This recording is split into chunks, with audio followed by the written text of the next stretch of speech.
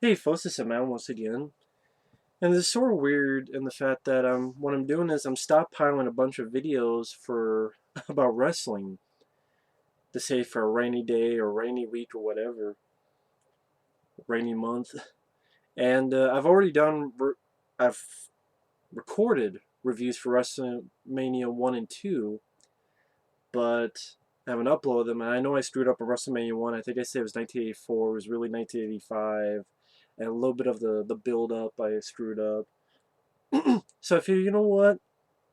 WrestleMania 1 and 2, there's actually some pay per views that were done before those. There was one done before WrestleMania 2 called the Wrestling Classic.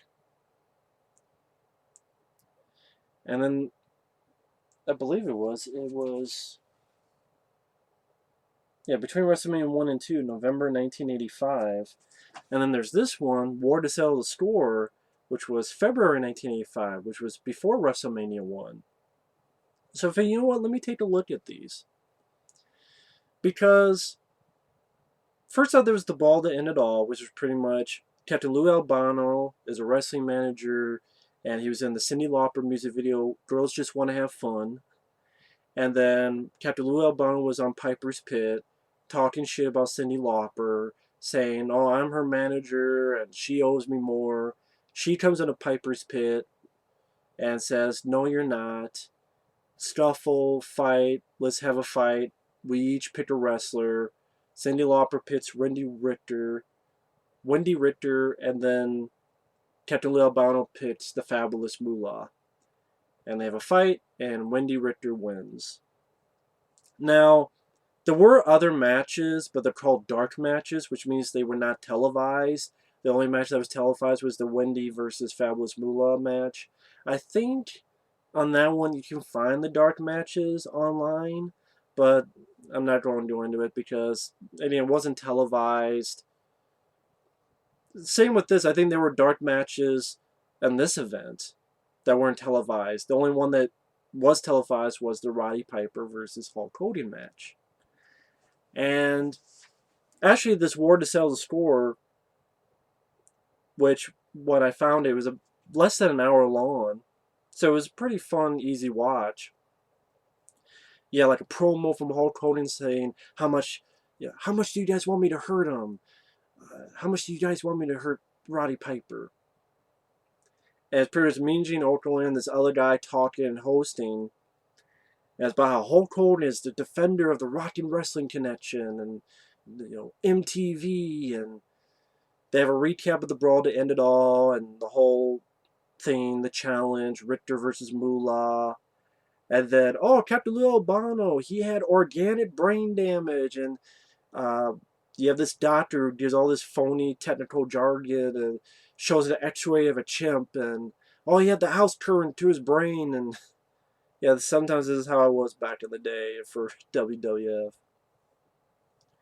And that's why Captain Lou Albano went crazy. But now he's okay. And he has a reconciliation with Cyndi Lauper. And yeah, one thing I didn't mention about WrestleMania 1, whenever you see Lou Albano, why does he have a fishing hook in his cheek? Why does he have this fishing hook in his cheek, Lou Albano? Why did he have that? By the way, Lou Albano and Cyndi Lauper are on good terms. They're in the ring, and Roddy Piper comes in, takes something from Lou Albano, and hits him over the head with it. And Cyndi grabs his leg, and then Piper kicks Cyndi Lauper.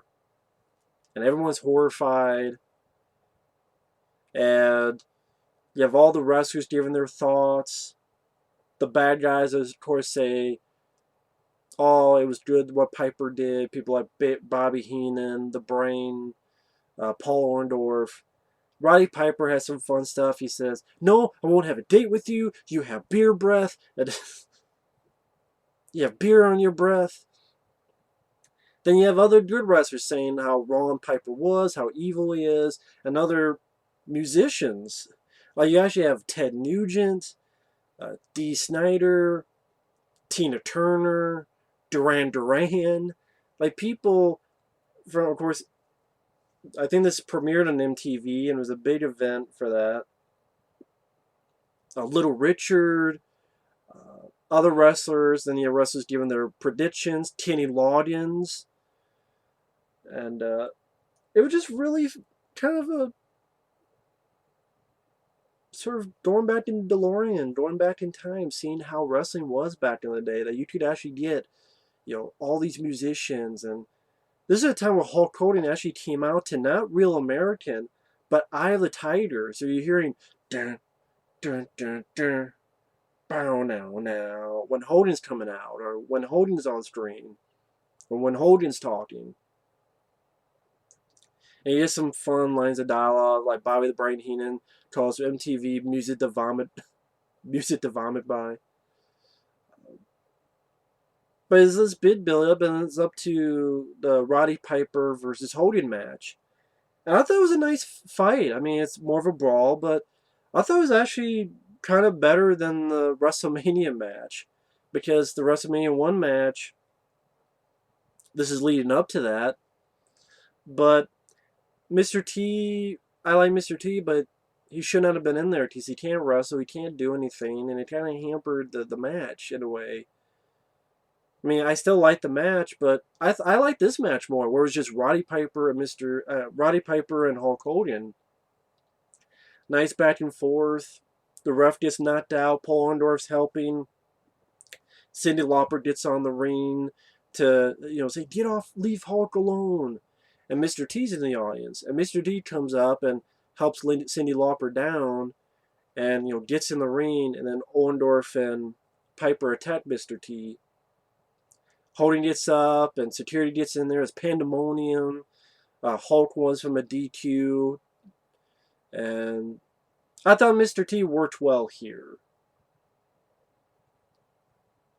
And he did interviews at the end. Interviews with Cyndi Lauper, Mr. T, Lou Albano, Andy Warhol, which apparently he walked in accidentally or something. Joe Piscopo and Danny DeVito.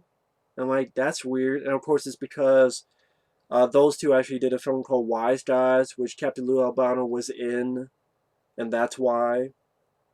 But it's like weird. Wow, Danny DeVito and Joe Piscopo. And this was a lot of fun. I mean, Hulk Hogan in this day and age, no matter what I say about any of the matches he does in the future, he had the presence. He had definitely the build. He had the charisma. He knew how to do a promo, and the interviews are great. He knows how to work the audience up and sell the audience in the palm of his hands. Like Hulk Hogan was a great baby face. Not the most technical wrestler, and sometimes his matches suffered because of that, but he was a great baby face, and he was a great hero. Like, he was the hero of the company, and it made sense. I mean, I grew up as a kid loving Hulk Hogan. I mean, nowadays, but when I look back at this time, I'm like, man, yeah, Hulk Hogan was great. He had just his adrenaline and his energy and his promos, and he was a great talker as well. And worked the audience up, and he was great. And also Roddy Piper, who I really miss the guy. He was a great heel. When he was a good guy, he was a great good guy. And here he's a great bad guy. He comes in talking with Mean Gene. Did they see him pin me? Right, so I didn't lose. Did they see him pin me? Just great stuff. I mean, just having all these people like Dee Snider and Kenny Loggins and Tina Turner and Little Richard appear, and then other wrestlers in the day appear and talk about what happened and what's going to happen, who's going to win. Then you have a good fight. Then, oh my God, here's Danny DeVito, here's Joe Piscopo. It's just a real... It's weird, but it's a good weird. Is why it was a lot of fun. Again, it was like 54 minutes long. And it was pretty entertaining. I thought it was really good. I found it on, I believe it was Daily Motion to watch, because I don't have it. I don't know if there's a DVD of it. I don't have the VHS, but it was on Daily Motion that you watch for free, so that's where I saw it. But I just had to give some thoughts on that. It was just pretty damn entertaining. A good build up to WrestleMania 1, and that's why Mr. T got involved and Paul Orndorff got involved, and you had the tag team. So the war to settle the score was pretty fun. And again, I knew there were other matches, again, dark matches that weren't televised. Again, I think you can see the ones to Brawl to End It All, but this one I don't think you can. Or I might have that reversed. I don't know, but no, the Brawl to End All, those dark matches, somehow I guess someone had recorded them. I don't know, maybe for a videotape or something. I don't even know if videotapes were. I don't know why, but maybe someone recorded. I don't know, but I don't know if the dark matches for this one is anywhere to be found. But still, the hour-long program, hour-long, whatever the hell you want to call it, the 54, 55-minute thing, it was a lot of fun. I thought it was pretty entertaining. Good look back in time to how things were back in the day. And even if the matches, like the match here I thought was pretty good, but the other matches, when I go through some of these early stuff, even if they're not great, they still have that atmosphere of, okay, this is, adults were watching this. This was, for the most part, for adults. And the lights dim on the crowd and concentrate right there on the screen, the ring, and it was pretty fun. So that's just my quick thoughts on the War to Settle the Score pay-per-view. Thanks for watching. Take care and stay tuned for WrestleMania 2. No, the Wrestling Classic, which was before WrestleMania 2. That was the next pay-per-view after there was Brawl to End It All, there was War to Settle the Score, there was WrestleMania 1, and then after WrestleMania 1, they did the Wrestling Classic, which was a 16-man tournament. So that will be next. See you later.